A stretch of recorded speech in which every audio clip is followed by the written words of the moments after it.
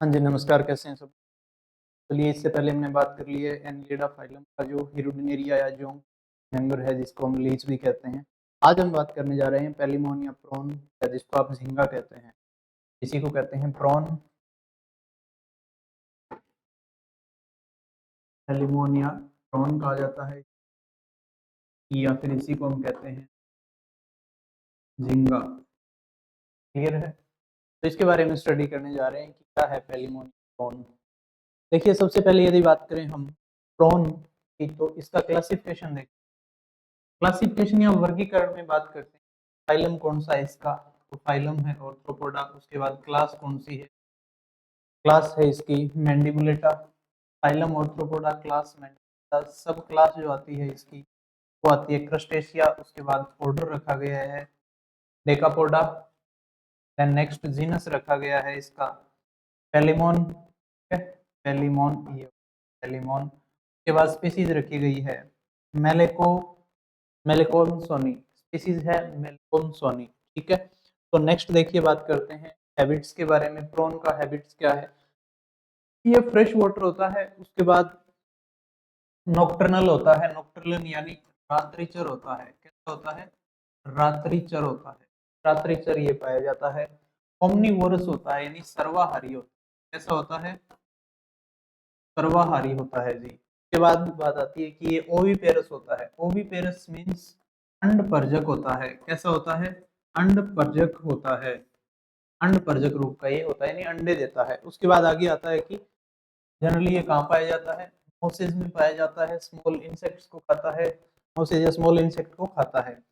जल की गहराई में भी पाया जाता है, यानी डीप वाटर में पाया जाता है। चलन टांगों के द्वारा, चलन टांगों से क्या करता है? चलता है, यानी वॉकिंग लेग होती है। इनको कहते हैं वॉकिंग लेग्स। वॉकिंग लेग्स पाई जाती हैं जल की सतह पर, यानी वाटर सरफेस पर प्लियोपोड से गमन करता है। प्लियोपोड को हिंदी में कहते हैं प्लवपाद। प्लियोपोड को कहते हैं प्लवपाद। तो यानी सरफेस पर पाया जाता है, चलन टांगों से चलता है वॉकिंग लेग से। जबकि अगर डीप वाटर में सॉरी जल की सतह पर या वाटर सरफेस पर पाया जाएगा तो ये प्लियोपोड या प्लवपाद से गमन करता है। उसके बाद आता है कि एक्सटर्नल मोर्फोलॉजी या बाह्य संरचना क्या है। संरचना की यदि बात करें तो देखते हैं हम इसमें कि इसकी साइज और शेप। सबसे पहले साइज और शेप की बात करें तो, यानी आकार और आकृति की बात करेंगे तो यह लॉन्ग तर्कोनुमा होता है। तर्कोनुमा होता है, लॉन्ग तर्कोनुमा पाया जाता है। उसके बाद यह कैसा होता है? पिलो शेप, यानी तकिए नुमा। पिलो यानी तकिए जैसा होता है, तकिए नुमा होता है। क्लियर है? फिर तकिए शेप का होता है। अलग अलग स्पीशीज में अलग अलग साइज होते हैं। सामान्यतः 25 से 40 सेंटीमीटर का होता है ये, जबकि कुछ में अगर सबसे बड़े की बात करें तो 90 सेंटीमीटर का भी ये देखने को हमें मिलता है। उसके बाद बात आती है कि कलर इसका ट्रांसल्यूसेंट होता है। एक होता है ट्रांसपेरेंट, जिसके आर पार दिखाई दे। एक होता है ट्रांसल्यूसेंट, जो चमकीला सा दिखाई दे, कांच जैसा दिखाई दे, जिसकी दूसरी साइड दिखाई नहीं देती है। फिर आता है with in child, sorry, translucent white होता है किसमें? चाइल्ड में। जबकि चाइल्ड स्टेज में और मेनली क्या होता है? येलो ब्लू कलर का दिखाई देता है। तो ट्रांसल्यूसेंट व्हाइट, व्हाइट तो इसके चाइल्ड होते हैं, जबकि ये मेनली कैसा होता है? येलो ब्लूइश कलर का होता है। ठीक है। अगर हम बात करें इसकी स्ट्रक्चर की, तो देखिए ये जो होता है, इसकी बॉडी 3 भागों में बंटी होती है। बॉडी जो होती है पेलिमोन, इसकी प्रॉन या झींगा की बॉडी की यदि बात करें तो कैसी मिलेगी? 3 पार्ट मिलेंगे। पार्ट, 3 पार्ट्स देखने को मिलते हैं। कौन कौन से? देखिए, चलिए बात करते हैं हम। 3 पार्ट कौन कौन से हैं? एक भाग होता है कौन सा? सिफेलिक भाग। एक होता है सिफेलिक पार्ट। एक होता है जी abdomen part, sorry cephalic part. फिर आता है थोरेक्स पार्ट। अगला पार्ट कौन सा आता है? थोरेक्स भाग आता है। फिर एक नेक्स्ट आता है एब्डोमेन पार्ट। कौन सा पार्ट? Abdomen part. तो सिफेलिक, थोरेक्स और एब्डोमेन, यानी सिफेलिक का मतलब हो गया यहाँ पे हेड होता है। क्या होता है? हेड। हेड को क्या कहते हैं? सिफेलिक। अब ये दोनों पार्ट इसके क्या बना लेते हैं? सिफेलो थोरेक्स क्या बना लेंगे जी? सिफेलो थोरेक्स बना लेंगे। और ये इसके साथ एब्डोमेन जुड़ जाएगा। कौन जुड़ जाएगा? एब्डोमेन ऐड हो जाएगा। इस प्रकार ये दो संरचना बनती हुई या दिखाई देती हैं। ठीक है, बात करें इसकी स्ट्रक्चर की हम, तो स्ट्रक्चर में देखिए कैसे दिखता है ये। सबसे पहले बॉडी के आगे की ओर पार्ट होता है इसका, जिसको कहते हैं रोस्ट्रम या तुंड पाया जाता है। क्या पाया जाता है? तुंड या रोस्ट्रम होता है।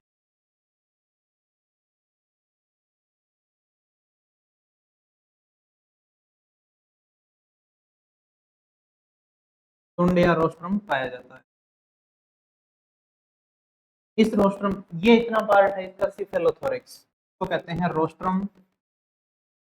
रोस्ट्रम हिंदी में कहते हैं तुंड, यानी हेड से आगे की ओर निकला हुआ पार्ट होता है और कुछ भी नहीं होता। उसके बाद एक पाई जाती है, दोनों साइड दो पाई जाती है इनमें कंपाउंड आई। ये क्या होती है? कंपाउंड आई होती है। संयुक्त नेत्र जिसको कहते हैं। ठीक है जी, कंपाउंड आई प्रेजेंट होती है जो एक स्टाक से जुड़ी होती है, STAL के कहते हैं, स्टाक से जुड़ी हुई होती है। फिर और क्या पाया जाता है? तो इसके पीछे का पार्ट एब्डोमेन होता है जिसमें 6 खंड होते हैं, 2 3 4 5 और 6 खंड देखने को हमें मिलते हैं। तो ये क्या है? प्रोन है एक्चुअल में, लास्ट में टेल्सन और ये पाया जाता है। तो इतना सारा पार्ट है, ये जो पार्ट है इतना, ये तो कहलाता है इसका एब्डोमेन। कौन सा पार्ट है? एब्डोमेन पार्ट है। आगे जो भाग है इसका, ये पार्ट है सिफेलोथोरैक्स पार्ट। ये पार्ट कौन सा है? सिफेलोथोरैक्स। और एब्डोमेन ये वाला ये है। क्लियर है यहाँ तक बात? तो इस प्रकार कुछ इसके स्ट्रक्चर देखने को हमें मिलती है। बाकी यहाँ से एंटीना वगैरह लगे हुए होते हैं वो। फिर अपेंडेजेस होते हैं इसके, जॉइंटेड होते हैं अपेंडेज सारे के सारे। कुछ स्केलेट लेग होती हैं। फिर यहाँ भी इसमें क्या मिलते हैं? प्लियोपोड मिलते हैं। इनमें क्या मिलते हैं? सब में प्लियोपोड देखने को मिलते हैं। तो ये स्ट्रक्चर किसकी है? प्रोन या झींगा की स्ट्रक्चर पाई जाती है। ये ऐसी मॉर्फोलॉजी है इसमें। तो यहाँ का पार्ट होता है ऊपर इसका रहता है, तो जिलेटिनस या काइटिनस पार्ट होता है। ये पार्ट देखने को जो टिश्यू होते हैं उनमें ट्रांसल्यूसेंट टाइप का पाया जाता है। नेक्स्ट देखिए, इसमें सेगमेंटेशन या खंडी भवन पाया जाता है। तो देख लो, खंडी भवन तो पाया जाता है, सेगमेंट मिलते हैं हर एक पार्ट, क्योंकि सिफेलोथोरैक्स टोटल कितने सेगमेंट होते हैं? टोटल बात करें तो 19 खंड होते हैं। कितने होते हैं? 19। ठीक है, 8 आगे की ओर होते हैं, सॉरी 5 आगे की ओर होते हैं, 5 तो होते हैं हेड वाले पार्ट में, फिर 8 होते हैं थोरेसिक वाले पार्ट में, 5 और 8 हो गए 13। यानी सिफेलोथोरैक्स में कितने पार्ट मिलते हैं? 13 खंड मिलते हैं। सेगमेंट की यदि बात करें तो 6 पीछे वाले में मिलते हैं। तो 13 और 6 19 सेगमेंट हो गए टोटल। ठीक है, तो ये सिर्फ बात है कि हेड में 5, फिर थोरेक्स में 8, फिर पीछे और लास्ट में जो जाते हैं एब्डोमेन में तो 6 खंड मिलते हैं। 19 खंड टोटल पाए जाते हैं। 19 खंड या सेगमेंट हमको देखने को मिलते हैं। उसके बाद बात आती है कि नेक्स्ट सेगमेंटेशन में क्या है? अडल्ट में 19 खंड होते हैं, देख लिया है। सभी पर जॉइंटेड उपांग होते हैं। शरीर दो भागों में बंटा होता है, सिफेलोथोरैक्स एंड एब्डोमेन, ये हमने देख लिया। एब्डोमेन को कहते हैं उदर, सिफेलोथोरैक्स को कहते हैं शिरोवक्ष। क्या कहते हैं? शिरोवक्ष कहा जाता है। क्लियर है? उसके बाद अगला आता है, अगर बड़ा भाग हेड पार्ट होता है फिर थोरैक्स आता है। एब्डोमेन में 6 खंड पाए जाते हैं। ठीक है, और प्रत्येक में एक एक जोड़ी उपांग प्लियोपोड पाए जाते हैं। ये क्या है? प्लियोपोड हैं। प्लियोपोड पाए जाते हैं। यानी कुल मिला के ये जो पैर होते हैं सारे के सारे, ये क्या कहलाते हैं? प्लियोपोड कहलाते हैं, या प्लोपाद इन्हीं को कहा जाता है। उसके बाद बात आती है कि नेक्स्ट स्ट्रक्चर इस टाइप की दिखती है। देखिए, देख लीजिए, इसमें ये वाला पार्ट, ये एंटीना, बाकी के पैर, ये सारे के सारे क्या होते हैं? प्लियोपोड होते हैं। ये क्या है? प्लियोपोड होते हैं। ये पीछे टेल्सन वगैरह होता है, पीछे क्या होता है? टेल्सन जुड़ा हुआ होता है। अब देखिए, एक्सटर्नल अपर्चर कौन कौन से हैं बॉडी में? एक्सटर्नल पोर कौन कौन से हैं? बाह्य छिद्र कहते हैं। एक्सटर्नल अपर्चर बाह्य छिद्र कौन से हैं? बाह्य छिद्र की यदि बात करें तो देखिए, एक तो माउथ होता है। ठीक है, माउथ होता है हेड के थोरैक्स पार्ट में या थोरैक्स पार्ट के अग्र भाग में मिलता है। उसके बाद एनस मिलती है कोडल बेसल पार्ट में, कोडल या पूंछ के भाग में। यहाँ पे क्या मिलती है? एनस मिलती है। रीनल पोर मिलता है। रीनल पोर का मतलब हो गया उत्सर्जी तंत्र, उत्सर्जन के लिए वृक्क छिद्र होता है। कौन सा? वृक्क छिद्र पाया जाता है। वृक्क छिद्र देखने को मिलता है। कहाँ मिलता है ये? कोक्सा ऑफ एंटीना के कोक्सा में। ये एंटीना वगैरह है, एंटीना में यहाँ शुरू में होता है कोक्सा, फिर बेसिस होता है। तो बेसिस कोक्सा में क्या मिलता है जी? आपका ये रीनल एपर्चर वगैरह कई जगह मिलता है। उसके बाद बात आती है कि फीमेल जेनाइटल पोर मिलता है यहाँ पे कोक्सा ऑफ थर्ड वॉकिंग लेग। तो ये वॉकिंग लेग होती है यहाँ 1 नंबर, 2 नंबर और 3 नंबर। यहाँ क्या मिलती है आपको? फीमेल जेनाइटल पोर मिलती है। कि पांचवी जो लेग होगी 5 नंबर की, इस 5 नंबर में क्या मिलेगा? मेल जेनाइटल पोर आपको देखने को मिलेगा 5 नंबर वॉकिंग लेग में। ठीक है, तो कोक्सा में मिलेगा। ये इतनी सी बात समझ में आ गई होगी आपको कि क्या पार्ट कहाँ पे मिलता है। उसके बाद नेक्स्ट आता है ये रिप्रोडक्टिव सिस्टम कैसा होता है इनमें? सेक्सुअल टाइप का होता है। सेक्सुअल डाइमॉर्फिज्म पाई जाती है इनमें। क्या पाई जाती है? लैंगिक द्विरूपता। इसको क्या कहते हैं? लैंगिक द्विरूपता। क्या पाई जाती है? लैंगिक द्विरूपता पाई जाती है। क्लियर है? तो लैंगिक द्विरूपता देखने को मिलती है। मेल क्या होता है? साइज में लार्ज होता है एज कंपेयर टू फीमेल। नर का उदर भाग संकरा होता है, जो एब्डोमेन पार्ट होता है मेल का संकरा होता है। मेल रिप्रोडक्टिव सिस्टम देखते हैं, बात करते हैं। फीमेल का उदर भाग या एब्डोमेन पार्ट चौड़ा होता है, जबकि मेल का क्या होता है? संकरा होता है। टेस्टिस की बात करें मेल रिप्रोडक्टिव पार्ट में, पहले तो एक जोड़ी होते हैं, व्हाइट लॉन्ग होते हैं। फिर बात आती है कि प्रत्येक टेस्टिस में कुंडलित संकरी पतली नलिकाएं पाई जाती हैं, शुक्रजनक नलिकाएं कहलाती हैं और ये शुक्राणु का निर्माण करती हैं। फिर बात आती है वेस्ट डिफरेंस क्या है? तो शुक्र वाहिका कहते हैं इसको। प्रत्येक टेस्टिस के पिछले सिरे से लंबी कुंडलित नलिका निकलती है हर एक टेस्टिस से। अभी डायग्राम में देखेंगे हम। सेमिनल वेसाइकल में जुड़ती है। फिर सेमिनल वेसाइकल क्या है? पांचवी जोड़ी टांग के नीचे क्लब शेप की होती है। क्लब शेप की फुली हुई संरचना होती है जो शुक्राणुओं को संचित रखने का काम करती है। सेमिनल वेसाइकल को कहते हैं शुक्राशय। क्या कहेंगे? शुक्राशय कहेंगे सेमिनल वेसाइकल को, जो शुक्राणुओं का स्टोर करके रखती है। क्लियर है? फिर आता है फीमेल रिप्रोडक्टिव सिस्टम। तो ओवरी या अंडाशय पाए जाते हैं। ओवरी को क्या कहेंगे? अंडाशय कहा जाता है। फिर नेक्स्ट आता है दो सफेद सिकल शेप या हंसियाकार ओवरी पाई जाती हैं, जिनमें योग होता है। योग क्या करता है? न्यूट्रिशन का काम करवाता है एम्ब्रियो को। फिर ये देखिए मेल है एक साइड में और एक साइड में फीमेल रिप्रोडक्टिव पार्ट होता है। तो देखिए सबसे पहले मेल गोनोपोर यहाँ है। ये कहाँ मिलते हैं? पहली बात तो मेल गोनोपोर पांचवी जोड़ी फिफ्थ वॉकिंग